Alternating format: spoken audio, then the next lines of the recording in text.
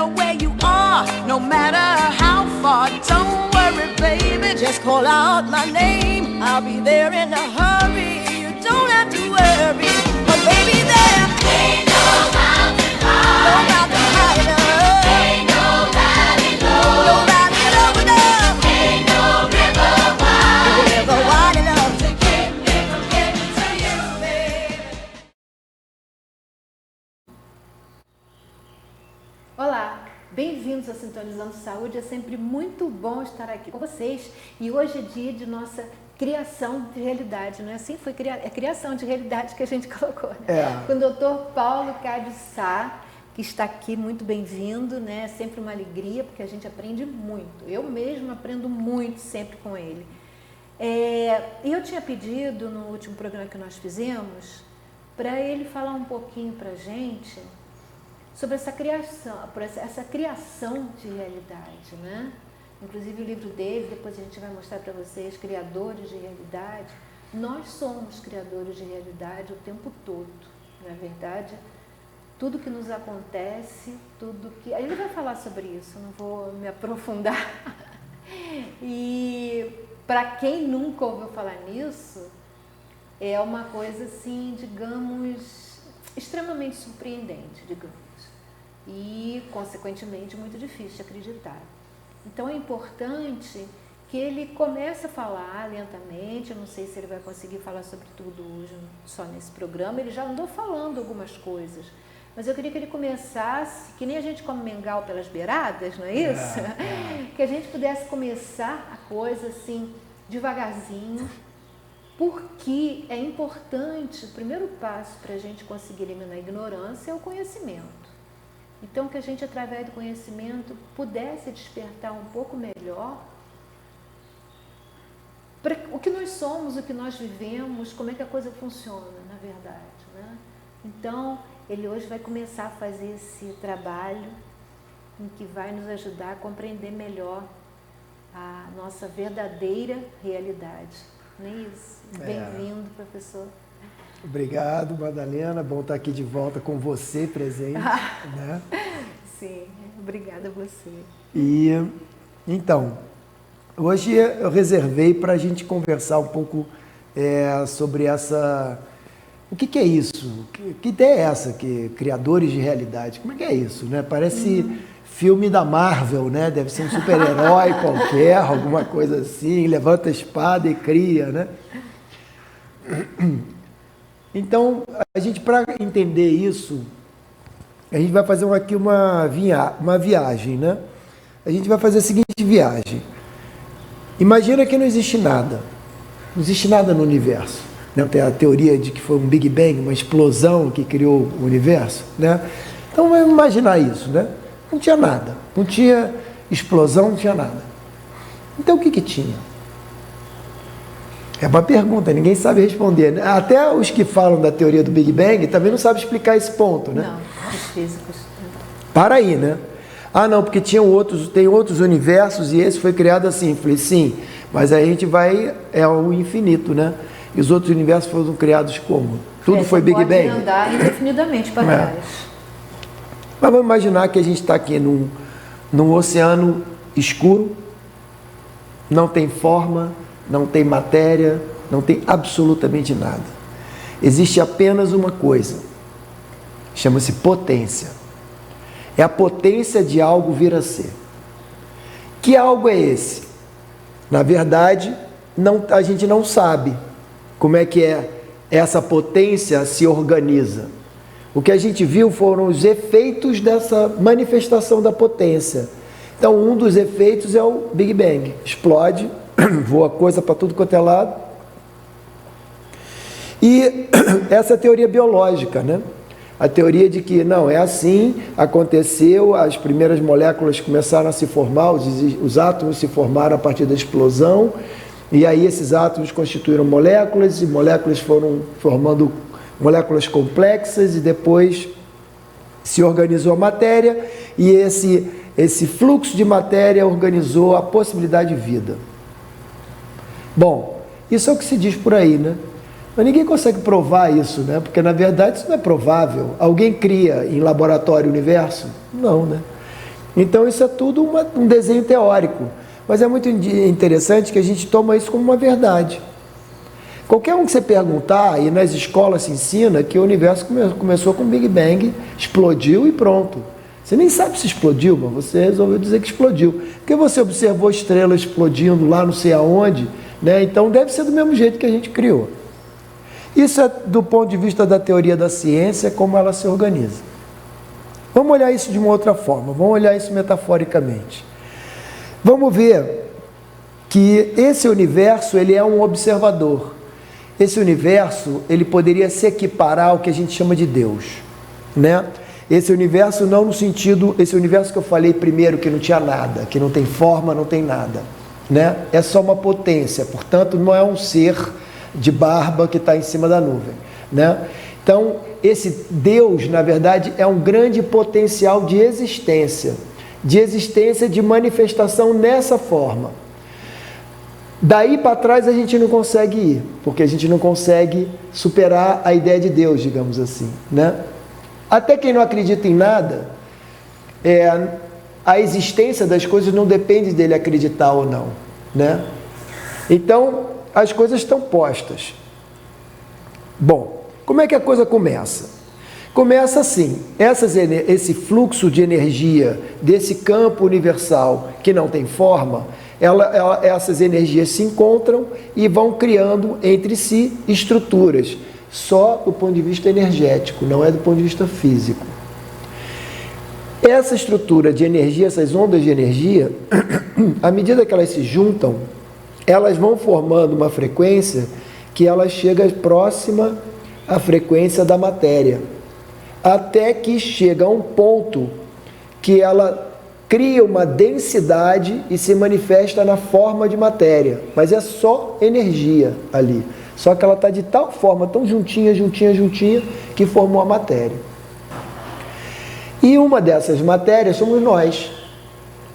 Na verdade, a realidade não está fora da gente. Nós somos uma realidade criada. Nós somos um encontro histórico, se a gente puder considerar o tempo, né, passado e tal. Então, o encontro histórico dessas energias foi gerando a possibilidade da existência da vida e culminou na nossa existência.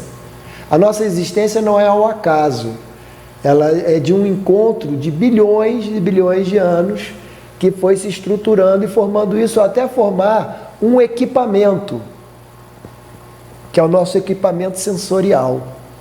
Então, eu só percebo a matéria, só percebo isso aqui, por quê? Porque eu tenho o sentido do tato, então eu toco, tem essa coisa da matéria eu pego, eu sinto, você só sente porque tem o sentido do tato, senão você não vai sentir nada. Se eu te anestesiar, você não vai sentir nada. Você tem o sentido da visão, então eu vejo, então ao ver, eu vejo que tem profundidade, tem altura, tem largura, tem todas essas propriedades. Eu sei que faz barulho, né? Porque eu tenho ouvido, se eu não tiver ouvido, eu não sei o que é barulho, né? Eu sei que tem cheiro, tem aroma, tem o olfato, tem o paladar. Todos esses elementos são informações que são captadas, digamos assim, digamos que eu coloque sensores especiais. Esse sensor é um fiozinho que eu vou botar aqui nessa madeira só para detectar a espessura da madeira, a aspereza da madeira, se ela é rude, se ela é lisa, se ela é fria, se ela é quente. Eu boto um sensor aqui. Aí eu boto um outro sensor aqui que vai olhar a madeira e vai ver, olha, essa madeira ela é redonda, ela está recortada, é um triângulo, né? Na verdade, essa mesa aqui e tal. Então tem uma visão, um sensor de visão. Tem um sensor de barulho. Vai ficar ali o sensor tentando escutar o barulho da madeira, né? Você anda no chão, você não ouve o barulho da madeira, então você está ouvindo o barulho da madeira. Eu vou provar um sensor que tem uma linguinha nesse sensor que vai provar o sabor dessa madeira. E assim por diante. Esses sensores vão todos, pela fiação, vão para um equipamento que vai decodificar todas essas informações, o sensor da visão, do paladar, tarará, vai enviar e vai criar a partir daquilo uma ideia de uma forma. Esse equipamento é o nosso cérebro. Ele cria a ideia de uma forma. E é interessante que, através dos sensores, esse equipamento cria a ideia da forma e volta para os sensores a informação de que forma é essa. Então, o olho, ele compreende o que ele está vendo porque o cérebro informa. Senão o olho ia ser só um detector de imagens e não ia ter menor significado aquela imagem. Se o cérebro não decodificasse junto com as outras informações dos outros sensores. Aí você constrói uma ideia. Então, eu estou falando, estou me ouvindo, estou emitindo voz, estou me vendo. Então, eu construo uma ideia de mim mesmo, através do meu equipamento. O equipamento é meu. É muito doido isso, né? A televisão não constrói uma ideia de si mesmo. Ela só recebe o sinal e mostra o sinal. A televisão não manda um sinal de volta, dizendo, não, olha, agora eu quero ser assado. Não. Ela recebe, decodifica e mostra. No nosso equipamento cerebral é diferente. Ele recebe, decodifica, interpreta e manda de volta outras informações para você passar a olhar aquilo que você está vendo de uma maneira específica. Então, eu começo a criar um filtro. A partir do que chega, eu interpretei, e aí eu passo a sempre olhar com aquela interpretação aquilo que chega. É fácil entender isso, por exemplo, com uma crença religiosa. Eu vou olhar para essa mesa e vou dizer, nossa, Deus realmente é milagroso. Que Deus fez o homem inteligente para poder ser suficientemente inteligente para criar uma mesa. Eu não conheço nenhum animal que faça uma mesa. Só o ser humano, até então. Né? Uhum. Eu não vi macaco serrando, eu não vi nada disso. Eu só vi o ser humano com essa inteligência. Então, o que acontece? Quando eu observo a mesa e atribuo a Deus a realização da inteligência, eu criei uma forma de olhar tudo. Para tudo eu vejo Deus como o mentor, o organizador daquilo. Agora, digamos que você não acredita em Deus. Você vai olhar aquela mesa e vai dizer, o homem é inteligente por si próprio. Ele nasceu com isso, sei lá, o mundo não explodiu e passou a existir, o homem explodiu também e resolveu aparecer uma inteligência na cabeça dele, como obra do acaso. Aí cabe a você escolher qual a versão que você vai querer. Sem contar que bom, não sei se você vai falar nisso, tudo que você avalia através dos teus sentidos também já está programado dentro de você. Está tudo pré-programado. Está tudo pré-programado. E aí você pode ir mais longe, que eu estou partindo do princípio que essa programação existe a partir do momento que eu entro em contato com ela e alguém me diz o que é, e aí então tá bom, então eu vejo dessa forma. Só que existe uma coisa chamada epigenética. A epigenética diz o seguinte, você não apenas transmite os genes que vão dizer a cor do meu olho, a cor do meu cabelo, a forma do meu corpo. Você transmite grupos de genes que formam um campo. O Rupert Sheldrake já tinha falado isso, dos campos morfogenéticos, né? Isso há muito tempo atrás, disseram que ele era maluco, e, pois é, como sempre. As grandes ideias... E agora a onda é a epigenética. Por quê? Porque a tua maneira de ver o mundo, o que você pensa e aquilo que você acredita também é transmitido geneticamente. Então você recebe do teu pai e da tua mãe todo o modelo de mundo e a maneira que eles veem o mundo. E aí esse é o teu ponto de partida, você não parte do zero. Uma criança, um neném, ele não é uma tábula rasa, não é um zero e dali começa a aprender coisa não. Ele já vem com vários equipamentos que vêm do processo genético dele, que vão ser disparados a partir das condições ambientais e de como as pessoas vão estimular aquilo. Tem esse detalhe também, de como vai ser estimulada aquela informação. Então, a partir daquela provocação, se eu já tenho aquilo como potência, porque recebi da minha ancestralidade, aquilo vai. Aí você chama de talento. Puxa, você tem uma facilidade para isso, tem uma facilidade para fazer aquilo, para compreender aquilo outro, né? E na verdade aquilo é herdado. E poxa, mas você não aprende piano nem por cruz credo. Você não herdou essa habilidade. Você não herdou a construção da percepção dos sons com refinamento. Então, esse aspecto seu, sensorial, ainda está embrutecido. Pode ser que você seja aquele que vai se dedicar à música para tentar superar essa dificuldade. Eu gostei do termo embrutecido, porque na verdade o potencial tem todo mundo. Exato, mas ele ainda está em pedra bruta, potenciais, não está lapidado. Exatamente. Se pega você lapidada, você rapidamente responde com uma velocidade grande, mas se você pega bruto, vai demorar bem mais tempo. E aí, mas eu posso vir bruto e eu me lapido ao longo da vida. E quando eu for ter filho, eu passo para ele isso que eu desenvolvi. Eu não passo só aquilo que eu herdei e está posto, isso e está acabado. Não. Eu também passo aquilo que eu desenvolvi nessa vida. Eu passo para a geração que vem a seguir. E o que isso tem a ver com a realidade? Que isso vai afetar diretamente como essa realidade vai se manifestar. Por quê? Porque eu estou falando até agora do ponto de vista muito físico, da forma, para que todo mundo possa entender, porque você falou, Paulo, você fala abstrato demais, o povo não vai entender. Então eu estou falando nessa forma física. Só que agora você tem assim a compreensão de que não é por um gene que isso é transmitido. Isso é pela combinação deles que gera um campo de energia e não um gene. E esse campo vai influenciar como os genes vão se manifestar. Ou seja, tem um campo de energia em cima desse copo, em volta dele, que define como esse copo vai se apresentar. Ou seja, tem algo maior que o copo, incluindo o próprio copo, que define a estrutura molecular do vidro, da água que está aqui dentro, etc.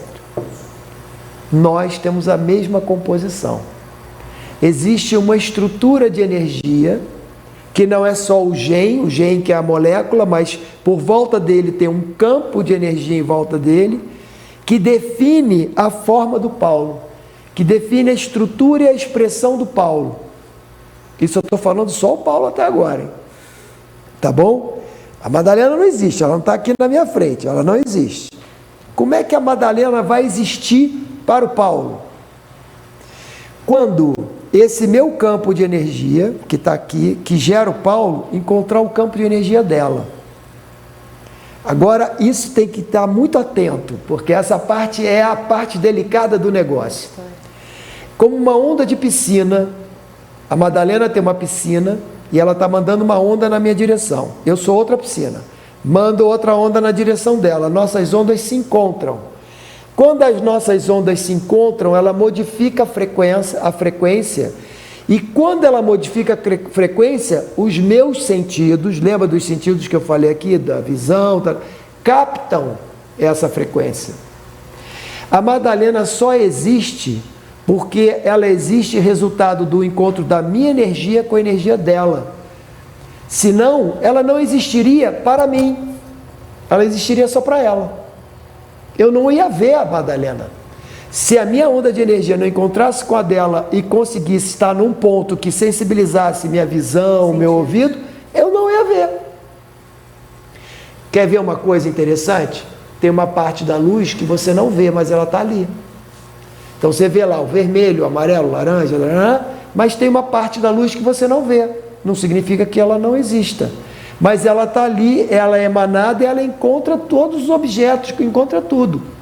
Aquele objeto não vai aparecer a cor, vai aparecer a radiação da luz que ele recebeu. Isso você só detecta com o equipamento e não com a visão. Então, do nosso encontro, tem um monte de coisas que acontecem que os nossos sentidos não pegam. Eles só pegam essa parte, que é a parte que eles são sensíveis. Mas a outra parte segue e a gente não vê. Não vê, não sente, não percebe, e o cérebro não é informado. Não interpreta, né? Ele não interpreta, o cérebro não é informado, então não interpreta. Essa outra parte, ela é obscura. Ela está no campo obscuro, a gente não tem acesso. E na verdade o que a pessoa interpreta, ela interpreta dentro dos padrões. Só do que ela está vendo, do que ela está percebendo. Então, da mesma maneira que eu olho essa mesa, eu posso interpretar que é uma mesa de madeira, sei lá, da árvore jacarandá, e tem alguém muito inteligente que serrou ela e tal. Esse é o máximo que eu consigo interpretar dela. E a não mesa? O que é a não mesa? É a energia que faz parte do campo da mesa, que possibilitou que essas moléculas todas se organizassem e ficassem durinhas assim, tudo paradinho aqui no lugar. Eu não vejo esse campo, não tenho equipamento que vê, que detecta, eu não consigo perceber, eu não consigo criar um padrão. Será que é o mesmo padrão que monta a cadeira, que monta isso, que monta a minha carteira, que monta a mesa, que monta a Madalena? É o mesmo padrão? Claro que não. Se fosse o mesmo padrão, seria tudo com cara de mesa. Eu teria cara de mesa, a Madalena seria a mesa. São padrões singulares. O que é um padrão singular? É único. Não tem outro igual. Eu posso fazer várias mesas iguais a essa, mas elas não são iguais. Essa palavra não é estranha para quem assiste o nosso programa, porque eu falo muito em singularidade.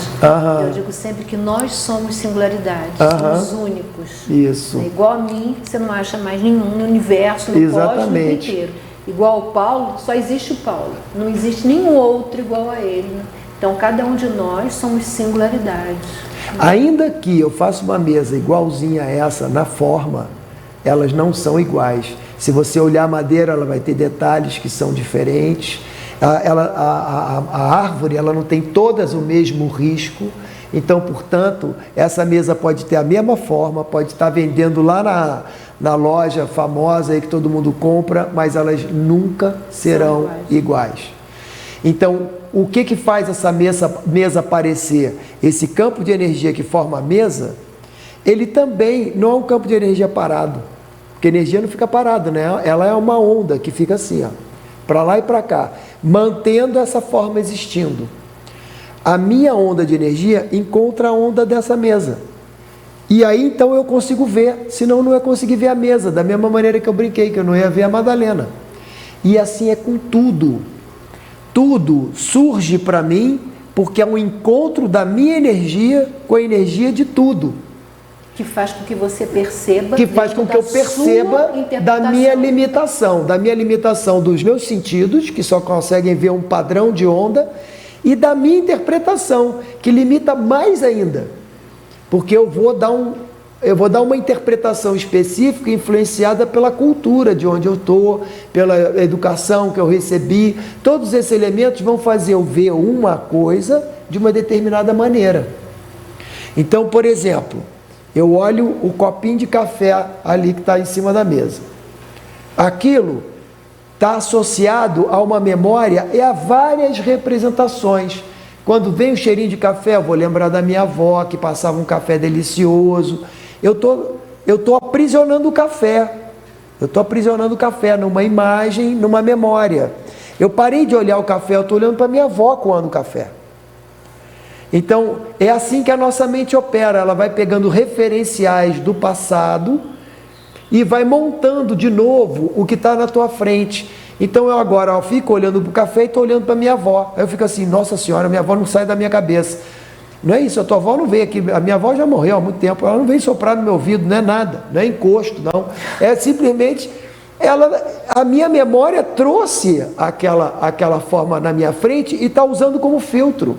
Eu não estou conseguindo olhar o café sem aparecer a memória da minha avó ali na frente. Então eu não consigo ver com isenção, com neutralidade. Eu nunca vou conseguir ver com isenção e neutralidade, que é a maior falácia da ciência. Não, o cientista tem que ver de forma neutra. Impossível, porque ele vê a partir de um repertório que ele tem na cabeça dele, conceitual, de interpretação de mundo. Não tem saída. Ele pode fingir que é o mais neutro que ele puder, mas não vai conseguir. E aí, isso é muito interessante pelo seguinte: se o mundo existe a partir do meu olhar, da maneira que eu interajo com ele, é uma relação, né? A minha onda interage com a da mesa, com a Madalena, com tudo, com a televisão, etc. E aí você me vê, eu te vejo, vejo ela e assim por diante. Então, essa realidade que aparece e que eu interpreto com um determinado vício de interpretação, porque tudo isso é montado na minha cabeça ao longo da minha criação, e tudo isso é herdado também de quem eu recebo, conforme eu falei. Eu recebo uma herança de uma forma de ver, e na minha educação eu vou ser influenciado, estimulado ou não com essa forma de ver. Então eu não vejo aquilo que é verdadeiro. O que é realidade, que a gente chama de realidade, a gente não sabe o que é. Porque se a gente sempre olha através de um filtro, será que a realidade existe? Ou eu criei uma realidade através do meu filtro? Eu só olho as coisas todas de um determinado jeito. Aí você vai dizer: Paulo, você é maluco. Porque se eu estou pegando aqui a mesa é real. Não é real, uma sensação. A mesa é um campo de energia que eu tenho a sensação de estar pegando, porque meu tato me informa isso. Na verdade, os átomos, quanto mais lentamente eles vibram, mais eles se espalham e daí geram essa sensação. Essa ideia, essa forma. Quanto mais devagar, quanto menor é a vibração, né, mais a tendência é os átomos se espalharem e criarem essa densidade. Exatamente. Quer dizer, o que vai mudar, na verdade, entre qualquer coisa, pode ser a mesa, posso ser eu, pode ser a cadeira, pode ser qualquer tipo de coisa, o que vai mudar, né, simplesmente é o grau de vibração que ela tem. Só isso. E como ela se relaciona com tudo que está em volta. A cadeira está vibrando e ela está interagindo com a parede, está interagindo com a câmera. Essas ondas, como ele explicou, estão... É um oceano, a gente está dentro do oceano. Né? Isso é interessante pelo seguinte, porque a partir do momento que essa suposta realidade, que a gente diz como se fosse algo fora, montado, independente da gente, a partir do momento que a gente entende que isso é uma ilusão nossa, que na verdade a realidade, como eu vejo, ela depende de eu estar olhando, então ela depende da minha influência, ela depende do que eu penso, como eu ajo e como eu reajo. É aí que eu digo que nós somos coautores dessa realidade. Se eu morrer, eu deixo de existir, fisicamente, tá certo? Aí você vai dizer: mas a mesa continua ali. A mesa continua ali para você, para mim ela não continua mais. Eu morri, eu não tenho mais como pegar na mesa, ela não existe para mim. E qual a diferença se ela continua, se eu não estou mais aqui? Para mim, qual a diferença que vai fazer? Nenhuma, eu não estou mais aqui. Então assim, a realidade só faz sentido na sua interação com ela. A realidade por si só, ela não faz sentido, ela só faz sentido nas relações entre os planetas, na relação entre a matéria com matéria, energia com energia e assim por diante. Então, o propósito dessa realidade que está construída, né, na sua relação com ela, é você aprender com ela. Ela não existe por si só, como se fosse obra do acaso. Isso é muito simplista, né? É muito importante frisar o que ele acabou de falar agora nesse último trecho, né? Quando ele começa a dizer que e isso é assim que a gente tem essa sensação de que está tudo pronto. Eu apenas cheguei no local e vi as coisas que estão ali, que já estavam prontas, e na cabeça da pessoa, assim como ela chegou e viu aquilo, ou qualquer outra pessoa que chegue vai ver a mesma coisa do mesmo jeito, né? Uma coisa interessante de se tentar, quer dizer, eu espero, para facilitar esse entendimento, é que, por exemplo, até quando você está ensinando para o seu filho: olha, aquilo ali, né, aquela árvore ali é verde, ou qualquer outra coisa, qualquer coisa que você mostre para ele, E ele olha e diz: a árvore é verde. Você não sabe nem o que ele está vendo, nem o que ele está chamando de verde. Para pensar nisso.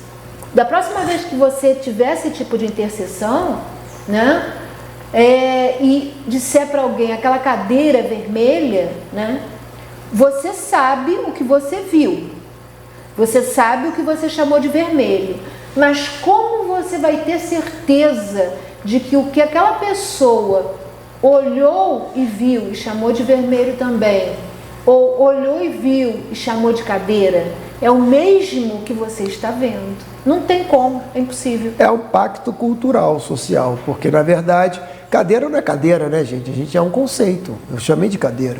Se você pegar uma criança, para ela, cadeira é qualquer coisa, pode ser um avião, pode ser um barco, pode ser qualquer coisa. Ela faz da cadeira o que ela quiser. A Viviane Mosé fala que palavras são caixotes, que você encaixota as coisas quando dá palavras.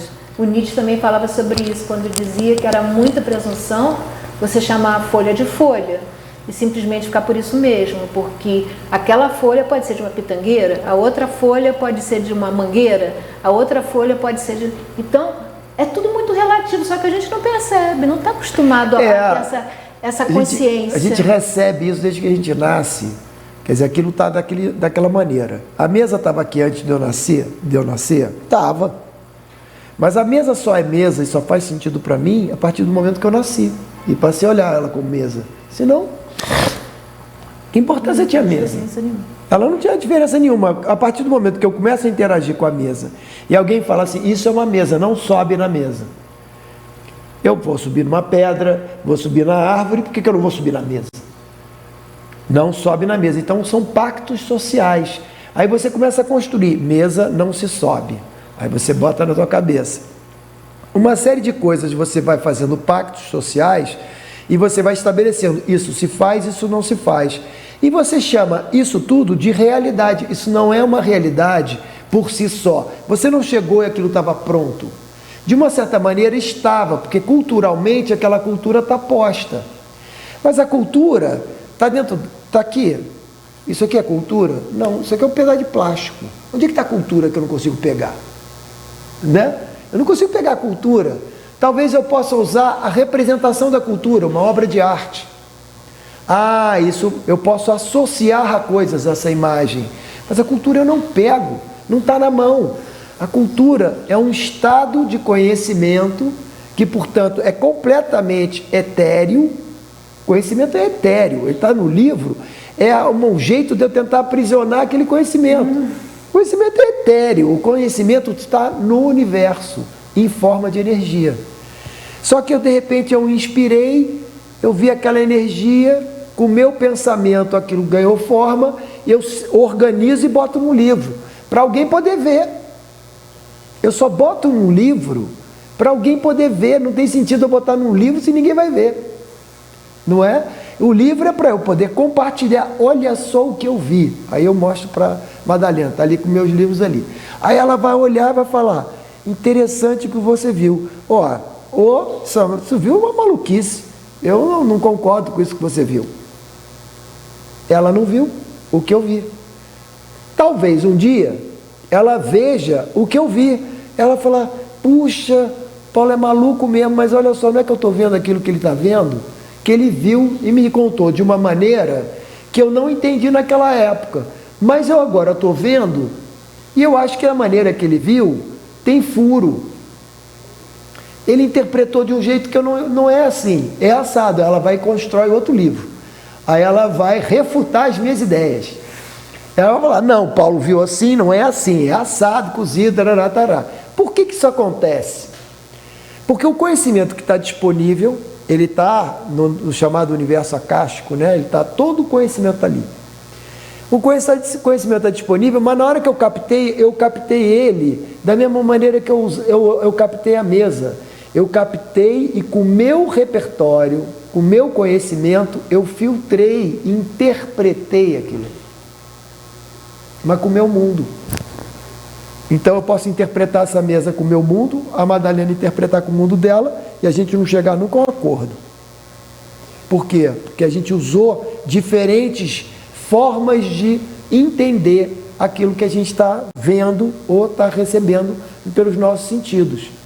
Isso não significa que o que eu estou vendo é o oposto do que ela está vendo. Os opostos são as nossas mentes. O conhecimento é a mesma coisa, só que as nossas mentes estão em posições diferentes. Até a perspectiva, né?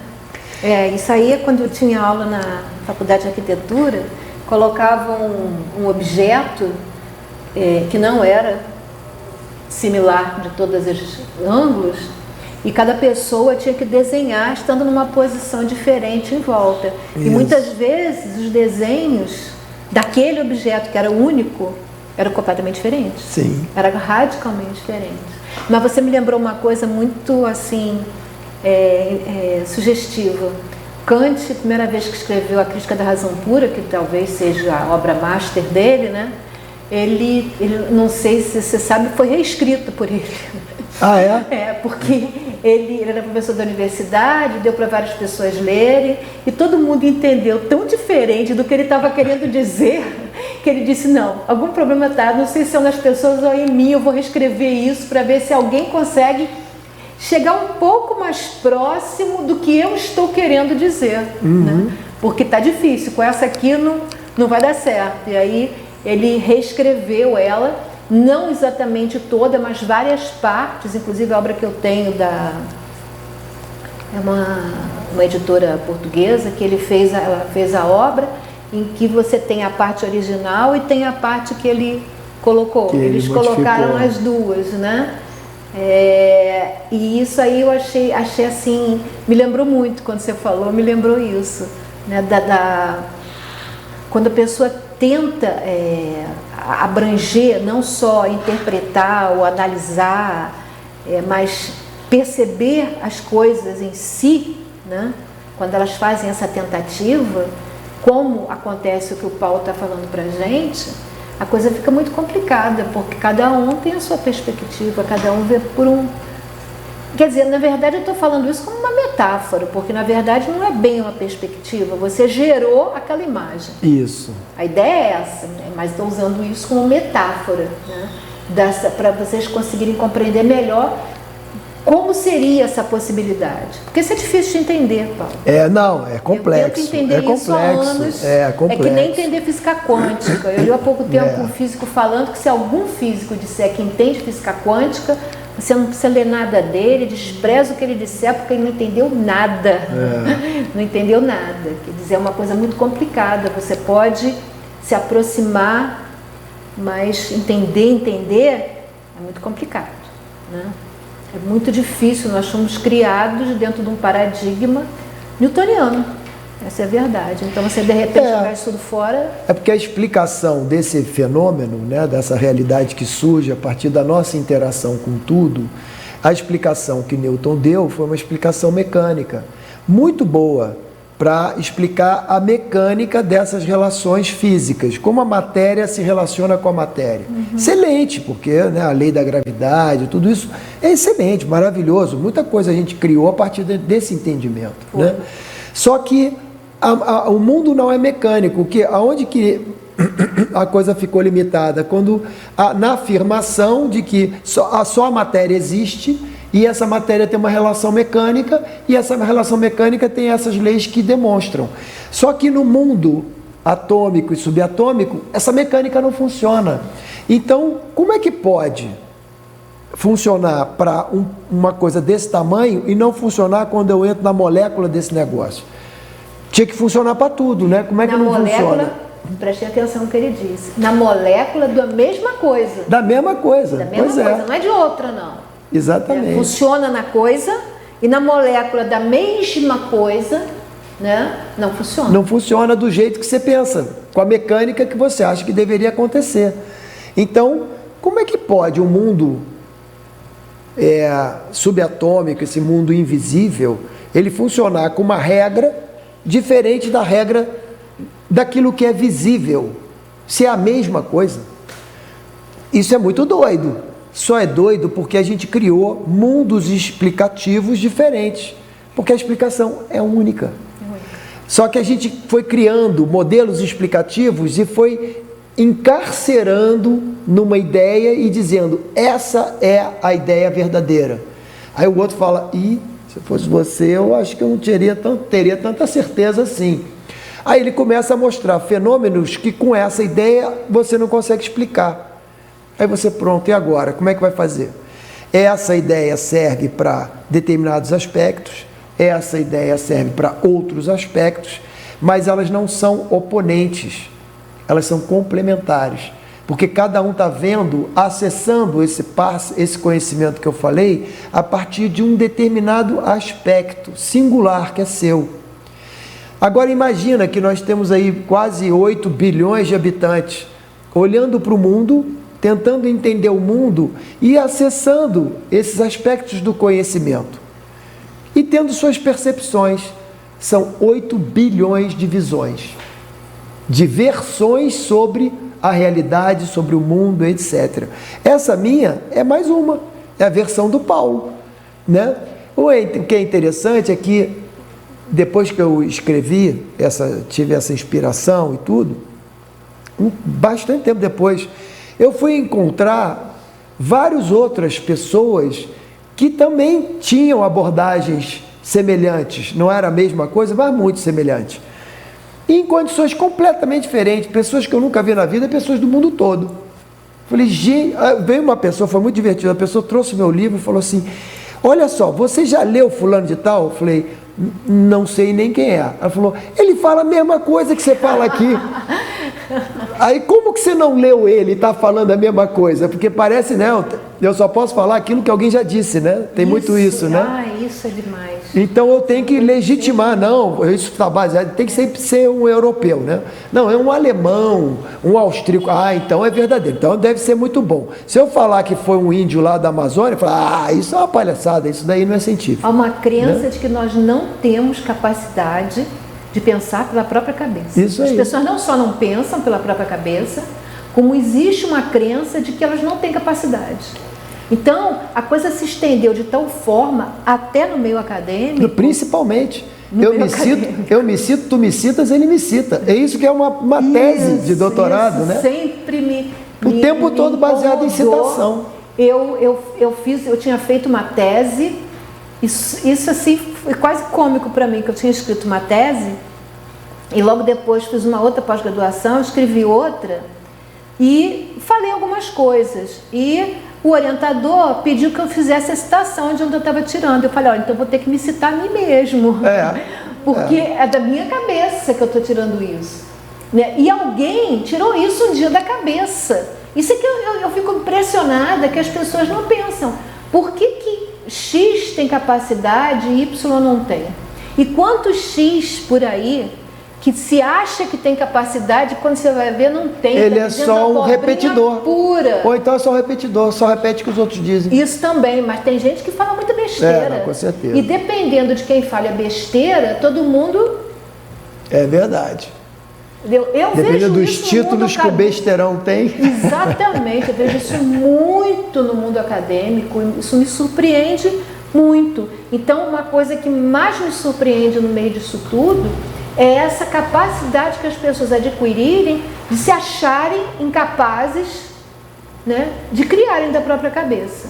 Ou então, aquilo que você falou, tem aqueles espertinhos que fazem de conta que são capazes e, na verdade, estão falando abobrinha ou estão copiando os outros, né?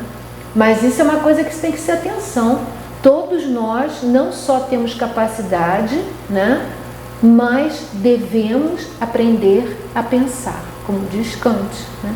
Aprender a pensar, né? Aprender a ter o esclarecimento e parar de ter, ele diz assim, parar de ter preguiça de querer pensar pela cabeça dos outros. É mais cômodo, exatamente, né? Isso. É o que ele trabalho, fala, que é muito né? mais cômodo, não dá trabalho, mas gera problemas sérios para a própria pessoa até. Sim, com Porque certeza. a cabeça, o cérebro vai morrendo, também tem essa, gente. Tem uma questão que é muito importante, assim, quando o meu campo de energia interage com o seu, tem a parte que se manifesta, que eu estou vendo você, e tem a parte que meus sentidos não captam, mas outras partes minhas captam, mas não são órgãos dos sentidos. Então, é como se a gente falasse assim, é uma extensão dos órgãos dos sentidos. todos os sentidos têm um sexto sentido. É uma extensão do sentido que não está relacionado a uma interpretação linear. Que os nossos sentidos nos compõem numa interpretação linear, onde eu vou compreender isso causa isso é por causa daquilo, isso é por causa daquilo outro. Mas aquilo que está no sexto sentido, que é na extensão dos seus sentidos, aquilo que você não consegue, o cérebro não consegue reunir para apresentar de forma linear, ele vai apresentar de uma forma sistêmica. Ele vai apresentar através de imagens, ou de percepções, ou de sensações, que a gente chama de intuição, né? Então, eu estou aqui com você, você não abriu a boca e eu senti o que você está sentindo. Como que a gente captou? Porque as nossas ondas se encontraram. E esse sexto sentido dos nossos sentidos percebeu. Mas o cérebro manda para uma parte do cérebro que não é essa racional, a mente racional, manda para uma mente que não é racional e ela organiza em sistema. E ela te apresenta uma imagem. Aí você fala, nossa senhora, me deu medo agora, me veio uma imagem de um filme que eu vi. É porque é o repertório disponível, pega aquilo que está na biblioteca e apresenta. Aí você fala, nossa, você está com medo também? Também estou morrendo de medo. Ninguém conversou sobre o medo, nem sobre a causa de um medo. Mas uma sensação de medo que você tem e eu tenho, e a gente sentiu, só de estar próximo, esse medo. Mas podemos não estar próximos também, porque não é limitado ao espaço. Eu posso sentir esse medo, eu posso estar sentindo o medo de alguém que sentiu, que eu tenho uma conexão, né? Que sentiu medo lá no Japão. E eu tenho conexão com ela. Ela sentiu um medo intenso, eu senti um medo inexplicável aqui intenso. Porque as nossas ondas se encontraram e elas não dependem apenas da presença física para que elas se encontrem. Isso é uma outra complicação, tem que dar um outro programa para falar isso.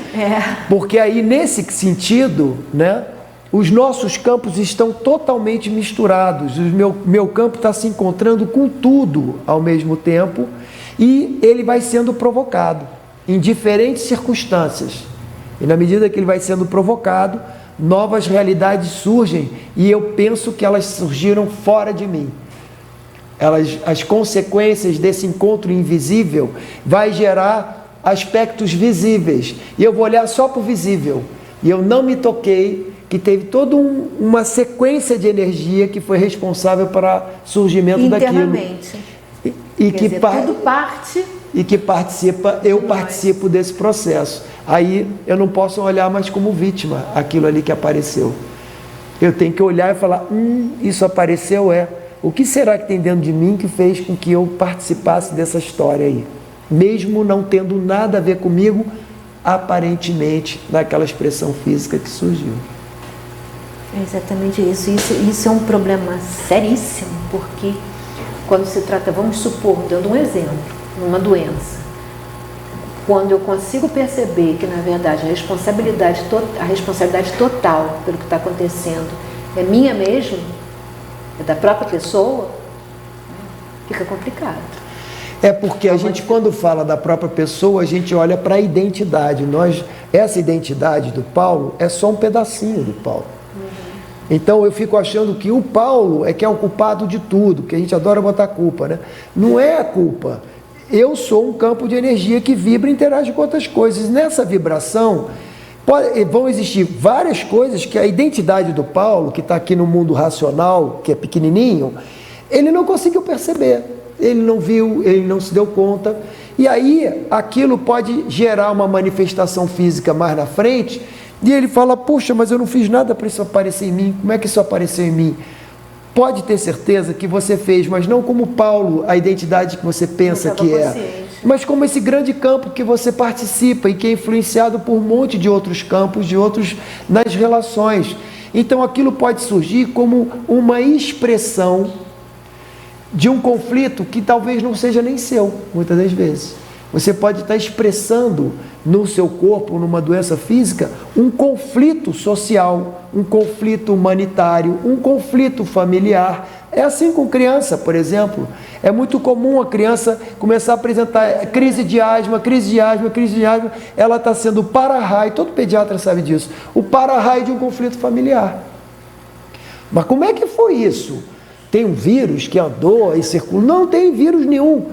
O campo de energia onde ela está, que a constelação familiar vai falar sobre isso, né?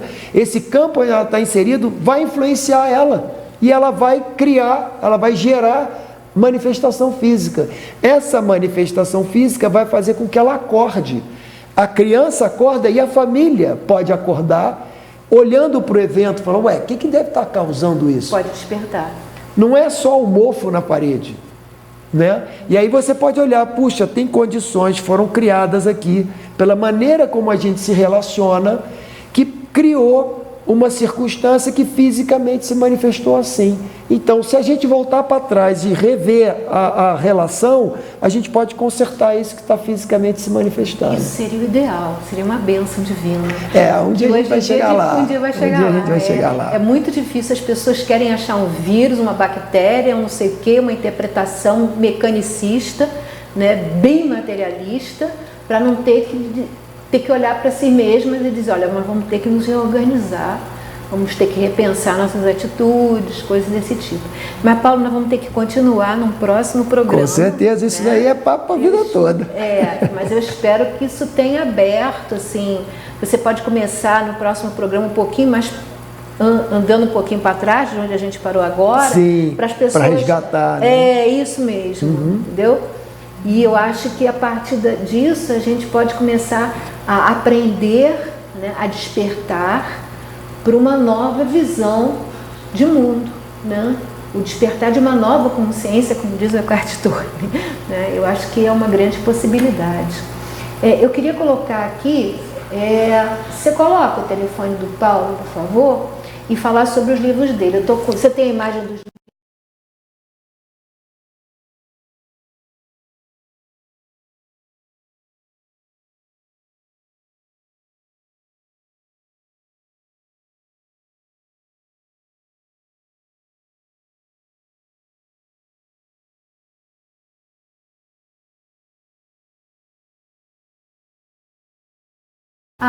@gmail.com.